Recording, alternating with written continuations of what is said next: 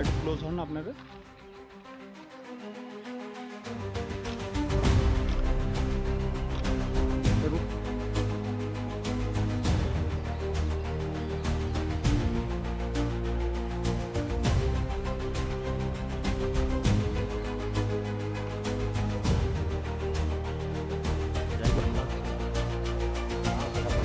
কোনো চাপ নেই।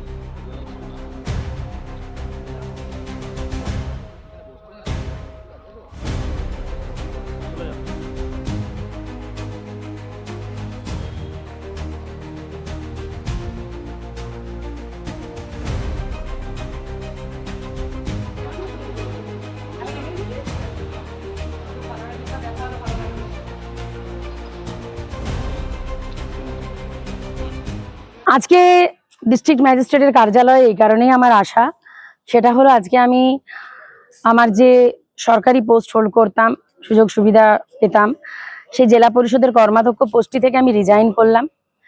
এবং আমি যে দলটির সদস্য ছিলাম, যেটি থেকে অনেক আগেই রিজাইন করতে চেয়েছিলাম, কিছু কারণে পেরে উঠিনি, সে তৃণমূল কংগ্রেসের থেকে আজকে সমস্ত সম্পর্ক আজকে ছিন্ন করলাম।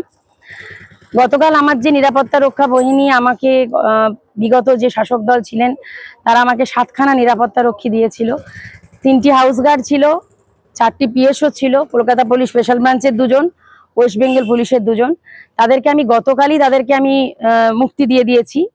এবং আজকে আমি এখানে এসেছি আমার সরকারি যে পোস্টটি আছে সেটা থেকে রিজাইন দিয়ে নিজেকে সেখান থেকে মুক্ত করা, এবং তার জন্যই আমি ডিস্ট্রিক্ট ম্যাজিস্ট্রেটের কাছে এসে রিজাইন দিলাম। আজকে যদি রেজাল্টটা উল্টো হতো তাহলেও আপনারা আমাকে জেলা পরিষদ থেকে পদত্যাগ করতে দেখতে পেতেন এবং দল থেকেও আমাকে সরে যেতে দেখতে পেতেন।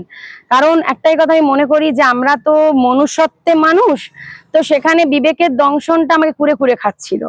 আজকে এটা ভাবার কিন্তু কোনো কারণ নেই বাকিদের মতন যে ও 4ঠা মে তৃণমূল কংগ্রেস 80 হয়েছে বলে আমি আজকে তৃণমূল ছাড়লাম, সরকারি সুযোগ সুবিধা ছাড়লাম, তা নয়।